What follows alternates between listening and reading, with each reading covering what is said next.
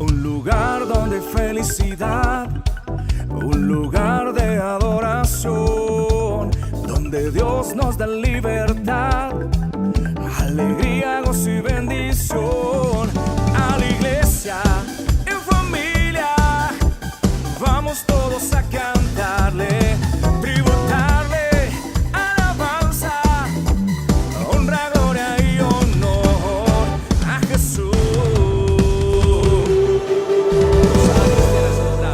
Tu iglesia.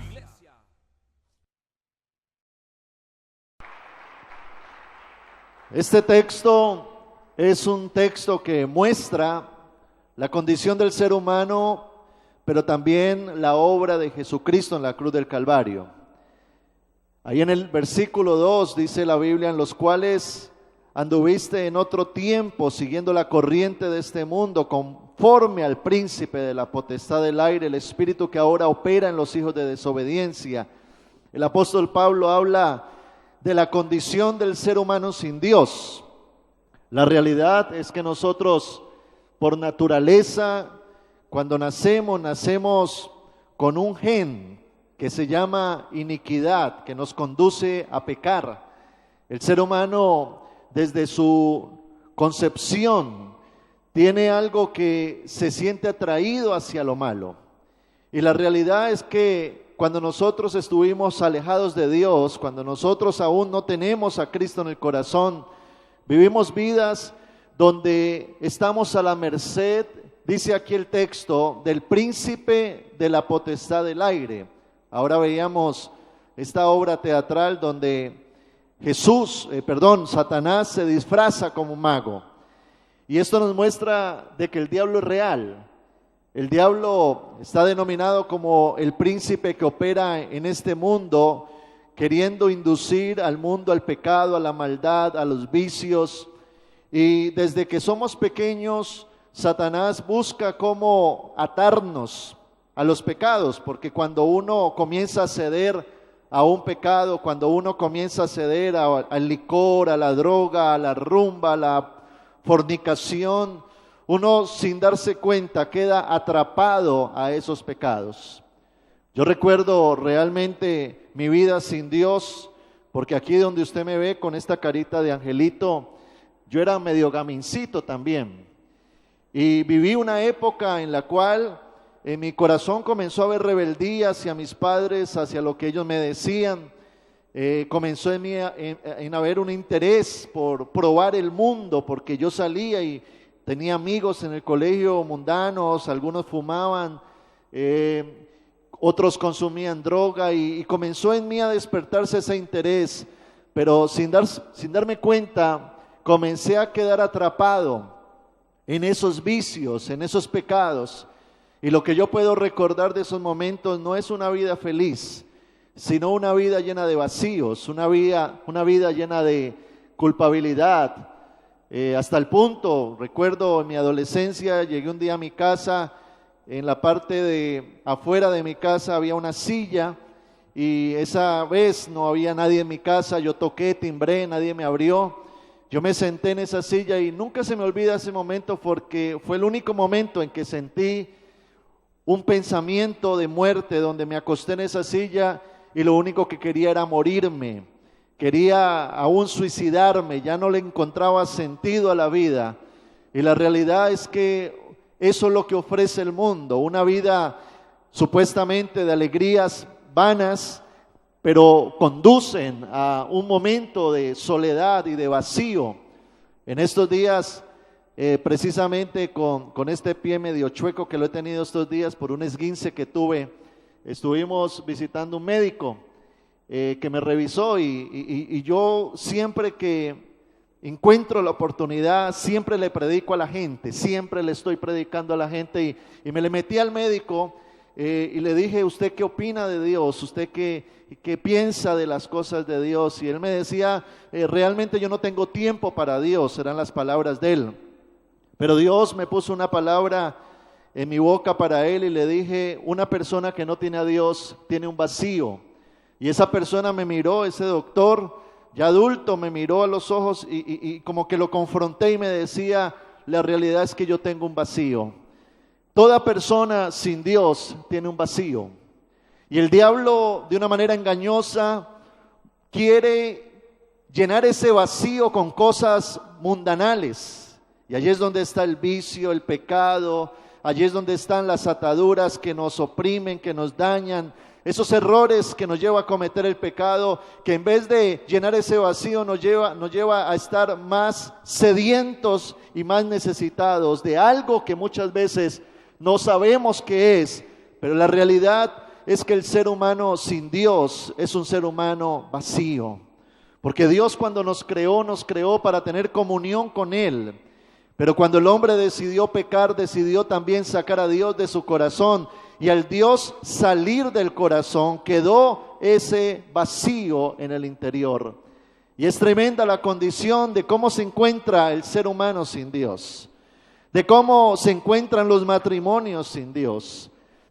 De cómo se encuentran las familias sin Dios. Esta es la sociedad en la cual vivimos. Pero allí Dios, en su inmensa misericordia, viéndonos en nuestra condición, en nuestro pecado. Yo hay veces retrocedo el tiempo y digo, allá cuando yo estaba con una cerveza en mi mano, tomando licor, emborrachándome, allá Dios me miró con amor, con ternura. Uno dice que uno conoció a Dios hace un mes, un año, 10 años, pero la realidad es que Dios nos miró primero, nos amó primero, nos cuidó primero y aún desde el vientre puso su mirada sobre nosotros para rescatarnos, perdonarnos y limpiarnos de toda maldad. En el libro de Efesios, en el versículo 4 que leímos, dice la Biblia: pero Dios, que es rico en misericordia, por su gran amor con que nos amó, aún estando nosotros muertos en pecado, nos dio vida juntamente con Cristo, porque por gracia sois salvos, y Él os dio vida a vosotros cuando estabais muertos, dice la palabra, en vuestros delitos y pecados, dice en el verso 1. Esa es la condición del ser humano sin Dios, y lo primero que tenemos que admitir es que una vida sin Dios es una vida incompleta. Una vida sin Cristo en el corazón es una vida con un vacío en el interior. Y si somos honestos con nosotros mismos, tenemos que reconocer de que a pesar de hacer muchas cosas, a pesar de lograr tener dinero, a pesar de lograr tener lo que nos propusimos alcanzar, un título, una posición, fama, poder, ese vacío aún continúa, porque es un vacío que solo Dios puede llenar. Ahora, cuando Cristo fue a la cruz del Calvario, Él lo hizo por amor a nosotros. Ese sacrificio, eso de Él hacerse hombre, caminar entre nosotros, padecer, fue un acto supremamente importante para la raza humana que muchas veces no hemos valorado. Por eso el escritor Juan en la Biblia dice que el que rehúse a Jesucristo será condenado, porque ya Cristo murió por nosotros. Y el ser humano, en su orgullo, prepotencia y en su falta de reconocer su necesidad de Dios, no admite la necesidad de Él y no cree en Jesús. Y esa es la humanidad de hoy en día. Mucha gente no cree en Dios, pero gracias a Dios que Dios ha abierto nuestro entendimiento. Y yo creo que al usted estar en este lugar, los que me están viendo por las redes sociales, por el internet, yo creo de que Dios, si está permitiendo que tú escuches esta palabra, es porque Dios quiere extender su amor y misericordia sobre tu vida.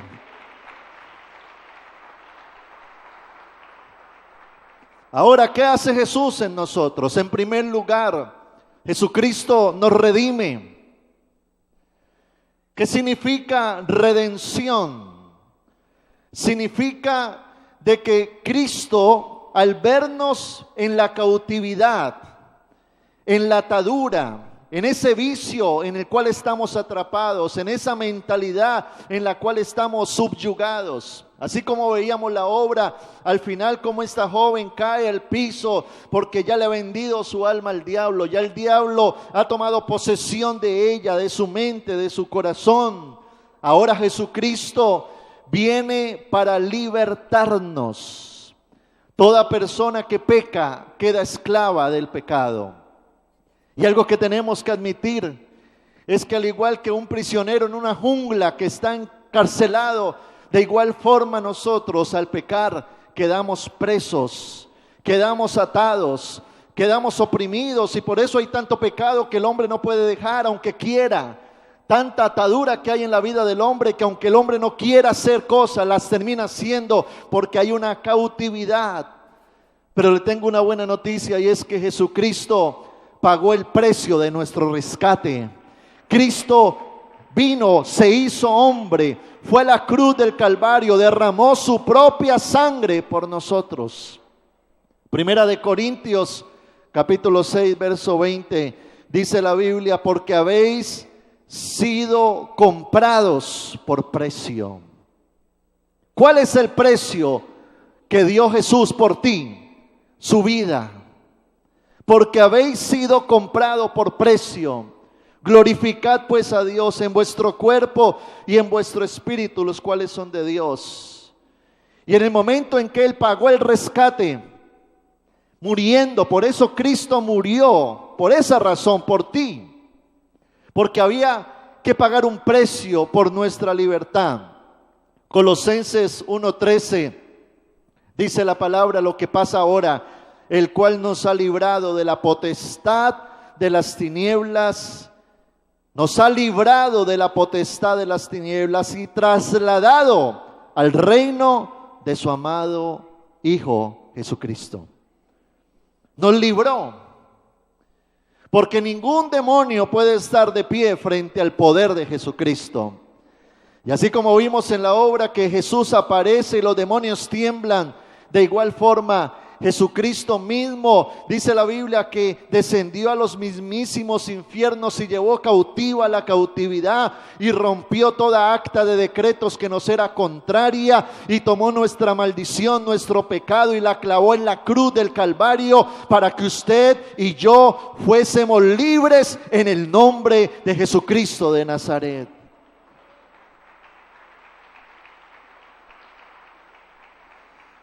Cuando tú recibes a Cristo en el corazón, tienes el privilegio de ser libre. Porque Jesús pagó el rescate.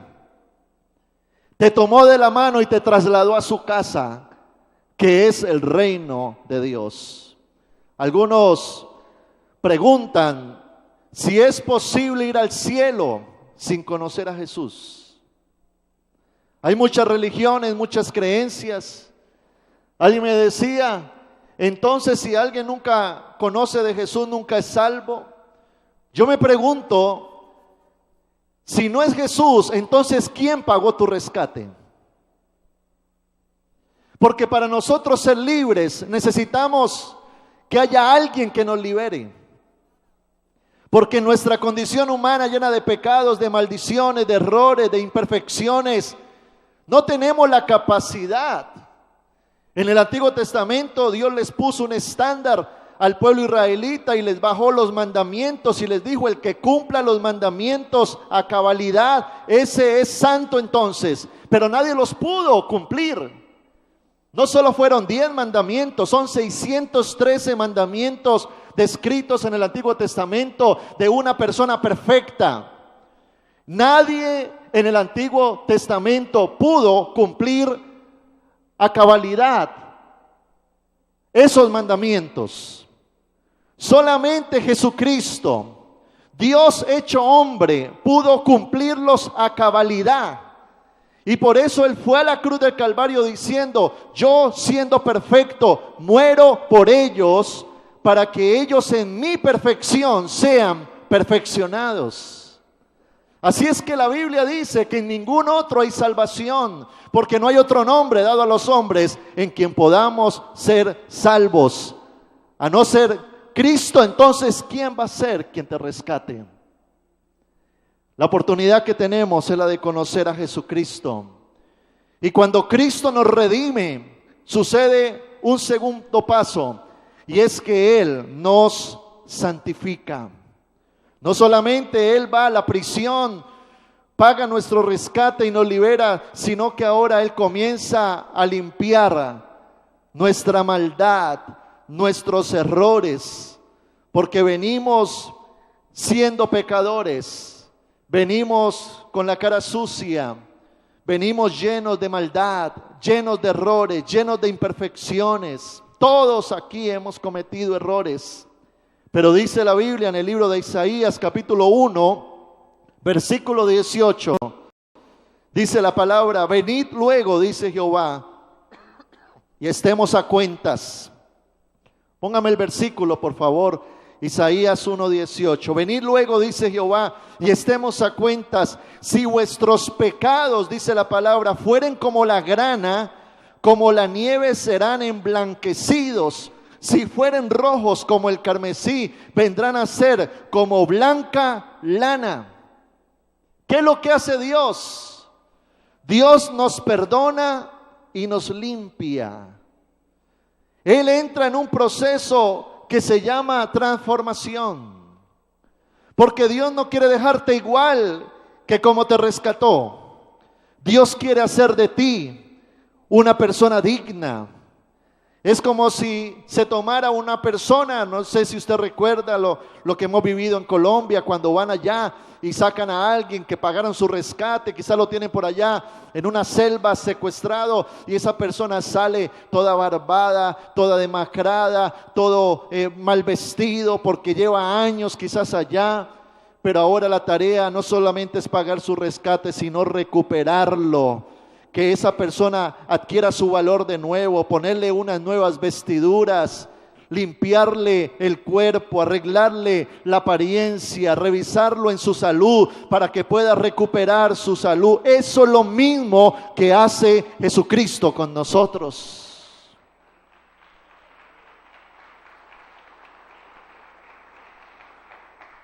¿Y sabes qué es lo maravilloso que Dios hace? Que Dios no tiene en cuenta lo que hicimos en el pasado.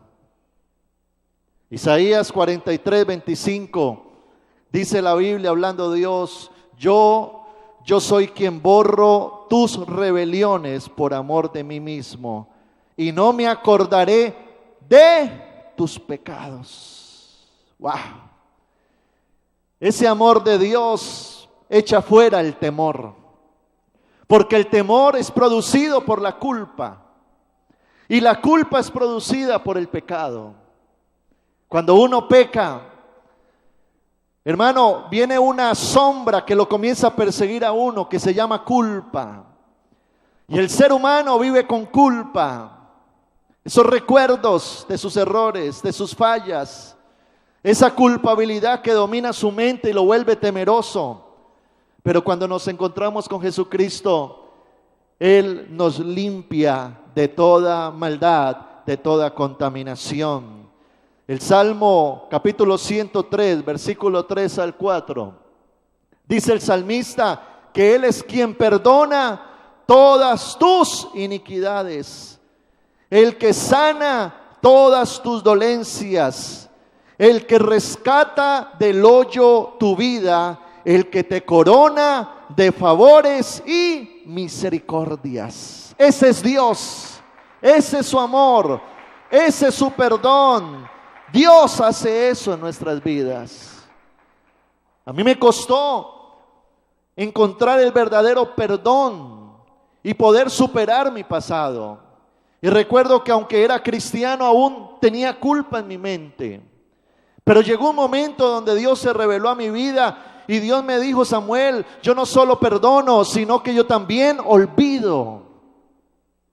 Wow, eso me quitó un bulto de encima a partir de ese momento, y entendí que ahora en Cristo soy una nueva criatura. Las cosas viejas pasaron, todas son hechas nuevas, todas son hechas nuevas, todas son hechas nuevas. Y Él hace una tercera cosa, y es que nos justifica. No solo Él nos libera y nos limpia, sino que Él también nos acepta como hijos. Él ahora nos recibe para que podamos ser hijos de Dios. En Efesios capítulo 2, versículo 16, dice la palabra: y mediante la cruz reconciliar con Dios a ambos en un solo cuerpo, por medio de la muerte de Cristo y de nosotros creer en Él, hay una reconciliación. No solo Él paga el rescate, nos libera, nos limpia, nos arregla otra vez, sino que nos presenta ante el Padre. Nos saca de una prisión, pero nos introduce a su casa para que ahora podamos ser hijos de Dios. Y hay una reconciliación porque había una enemistad, pero dice la Biblia de que cuando Cristo murió en la cruz del Calvario, Él mató la enemistad y ahora podemos reconciliarnos con Dios. Efesios capítulo 2, verso 18, dice la palabra, porque por medio de Él, los unos y los otros, tenemos entrada por un mismo espíritu al Padre. Le tengo una buena noticia. Usted ahora tiene un Padre. Antes éramos esclavos, ahora somos hijos de Dios. Tenemos una familia. Efesios 2:19 dice la palabra, así que ya no sois extranjeros ni advenedizos, sino conciudadanos de los santos y miembros de la familia de Dios. El cielo, el reino de Dios es la familia de Dios.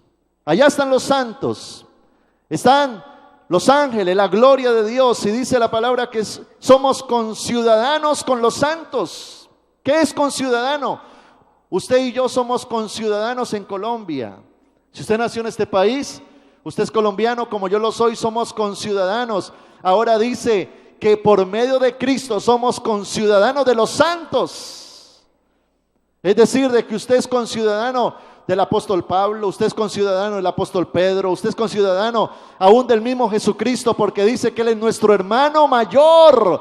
Y usted y yo pertenecemos ahora por medio de Cristo a la familia de Dios. Dale un fuerte aplauso al Señor.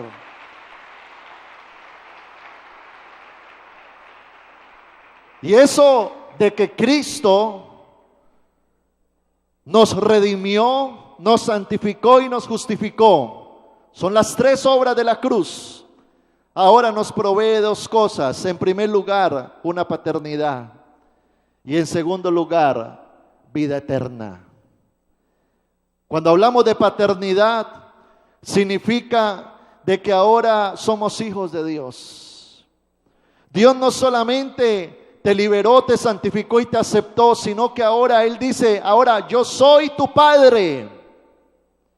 Cuando Jesucristo fue a ascender a los cielos, Él les dejó una palabra a los discípulos que está en Juan capítulo 14, verso 18. Jesús le dijo a ellos, no os dejaré huérfanos. Porque imagínense por un momento el tiempo que los discípulos vivieron con Jesús, 3 años. Jesús se convirtió en un todo para ellos. Era su maestro, era su protector, era su proveedor, era su sanador, era su guía, era aquel que los consolaba, era aquel que los dirigía, que los direccionaba, que hacía milagros, que estaba con ellos. Y por supuesto, cuando ellos ven que Jesús va a ir a la cruz y va a ascender al cielo, ellos sienten una tristeza profunda. Pero Jesús les dice, yo no los voy a dejar huérfanos, voy a estar con ustedes hasta el fin del mundo. Usted necesita la protección de Dios para vivir. Yo no sé cómo vive una persona sin Dios. Ahora yo me imagino, porque yo lo viví, antes de conocer a Cristo, uno está como cegado. Uno en su autosuficiencia, uno cree poder solo. Pero para darnos cuenta de que es una vida sin Dios, sencillamente prenda el noticiero, veamos la sociedad cómo está. Veamos lo que ocurre a nuestro alrededor, quizás aún en tu propia familia, o en tu empresa, o en tu barrio, o la gente que te rodea. Una vida sin Dios es una vida vacía, es una vida en tinieblas, es una vida sin dirección, es una vida donde nosotros no tenemos esa cobertura espiritual. Pero qué hermoso es saber de que no estamos solos y que si enfermamos tenemos a un sanador. que si pasamos una crisis económica tenemos a un proveedor, que si Satanás llega a tentarnos tenemos a alguien que nos liberta. Dios es más que suficiente para nosotros.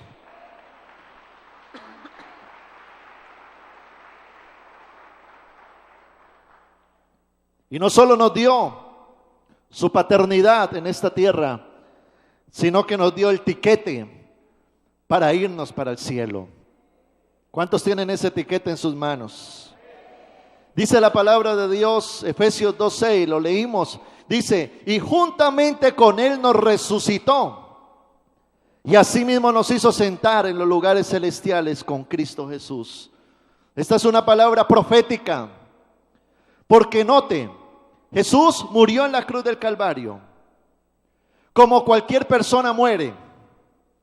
Unos mueren de una cosa, otros mueren de otra, unos mueren de viejitos, otros mueren de niños, unos mueren de enfermedad, otros mueren de accidente, pero todos nos morimos. Jesús murió también. Pero algo pasó con Jesús que va a pasar contigo y conmigo. Dios lo resucitó de entre los muertos. Dice la Biblia que luego ascendió al cielo.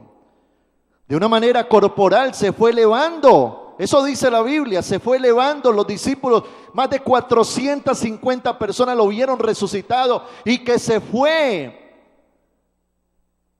La Biblia dice que así como Cristo resucitó, nosotros también resucitamos con Él. Y así como Cristo se sentó a la diestra del Padre, dice, nosotros nos sentaremos en los lugares celestiales con Cristo Jesús. El cielo es real. Hay algo después de la muerte. Y el único camino al cielo se llama Jesucristo. Él dijo, yo soy el camino, la verdad y la vida. Nadie va al Padre si no es por mí, dice la palabra de Dios. Ahora dice el libro de Filipenses en el capítulo 2, versículo 12. En la última parte del versículo dice, ocupaos en vuestra salvación con temor y temblor. Ocupaos. Si hay algo importante por lo cual usted debe preocuparse en esta tierra, es porque usted es salvo. Ocupaos. Si me puede acompañar el pianista, por favor. Ocupaos. ¿Qué significa este término? Ocúpense. Está diciendo, preocúpense de su salvación. Porque el ser humano sin Dios parece desarrollar una mentalidad muy a corto plazo, pensando de que lo único importante en esta tierra es lo que podamos obtener aquí. Creemos que lo importante es tener una buena casa, es alcanzar una posición en esta sociedad, es llegar a tal tope de ingresos financieros, o tener fama o reconocimiento. Creemos que lo más importante es levantar nuestra familia. Creemos que lo más importante es yo satisfacer mis deseos y pasarla bien. Pero la Biblia dice que ¿qué gana el hombre si conquista el mundo pero pierde su alma?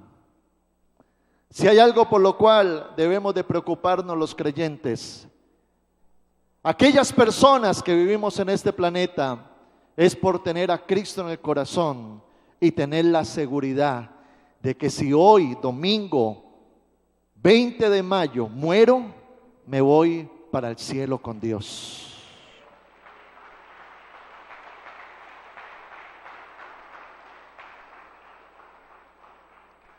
En la cultura antigua creían de que las personas se podían llevar los tesoros a la otra vida. ¿Recuerda usted los egipcios? Aquellas personas que la llevaban en el féretro y después llevaban como un camión detrás, o varios carruajes llenos de oro, de todas las posesiones que había conquistado en su vida terrenal, y lo llevaban y lo enterraban.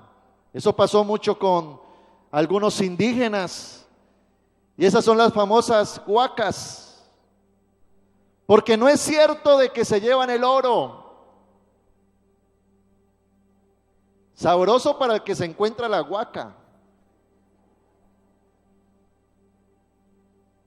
Nada de tus logros materiales, intelectuales, familiares,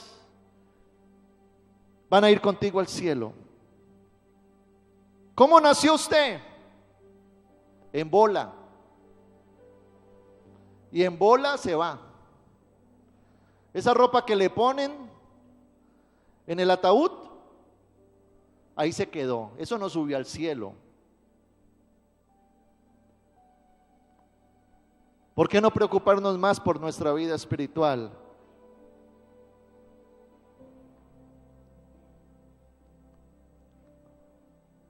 ¿Por qué no prestar más atención a lo que dice la palabra? Porque la palabra dice que cielo y tierra pasarán, pero que su palabra no pasará.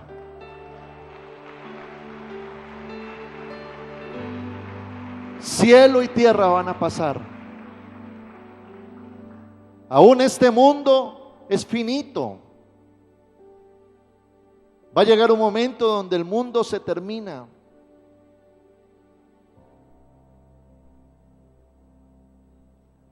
Pero ¿qué va a pasar con nosotros? Y yo quiero hoy invitarte.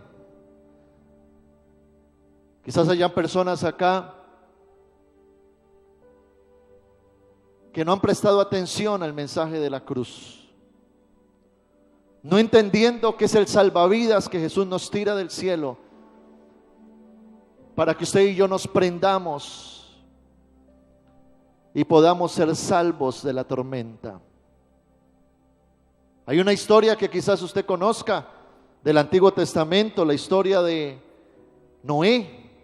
¿Recuerda usted? Dice la Biblia que en los tiempos de Noé, el mundo, la gente estaba totalmente apartada en sus pecados. Estaban pecando, estaba cada quien de acuerdo a su concupiscencia, gente inmoral, gente corrupta, bebedores, drogas, tirados al tres. Y Jesús, Dios, creó un medio de salvación. ¿Se acuerda cuál fue ese medio? La barca. La barca de Noé. Lo que pasó en ese tiempo y por lo cual no le creían a Noé es porque históricamente antes de Noé nunca había llovido.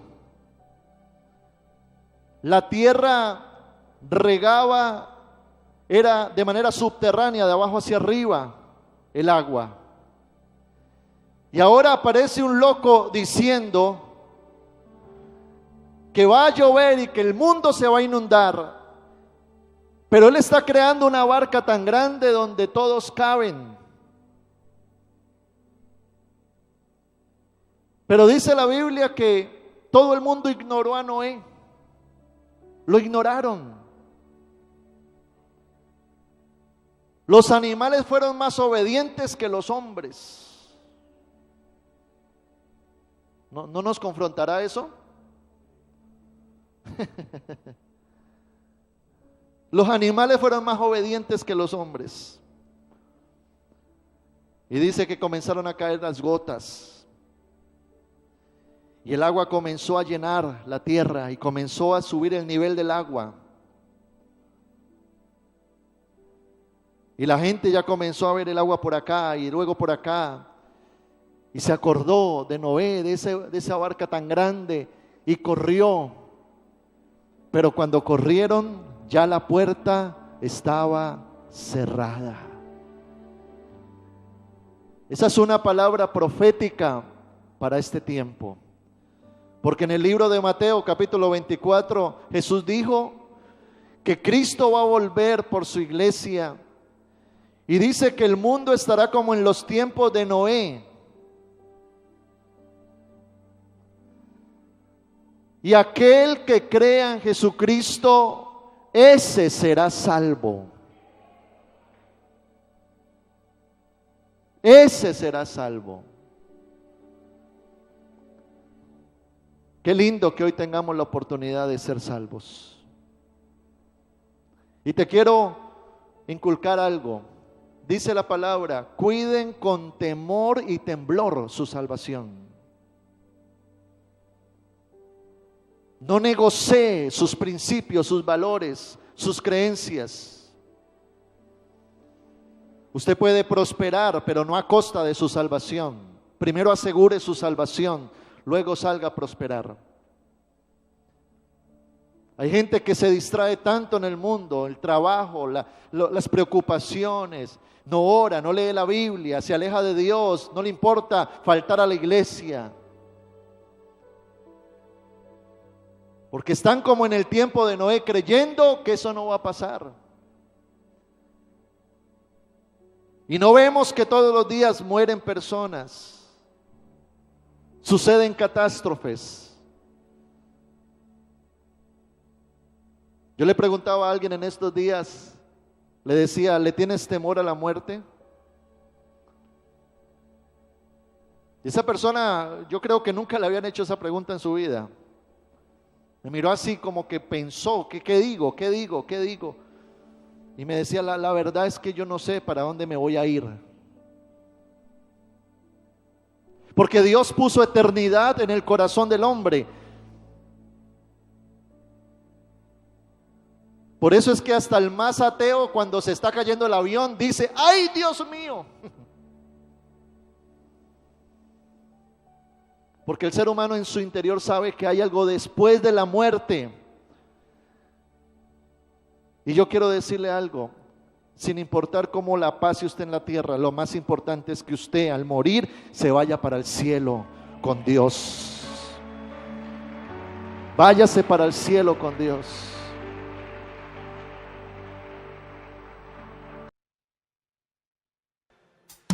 Un lugar donde felicidad, un lugar de adoración, donde Dios nos da libertad, alegría, gozo y bendición. A la iglesia, en familia, vamos todos a cantarle.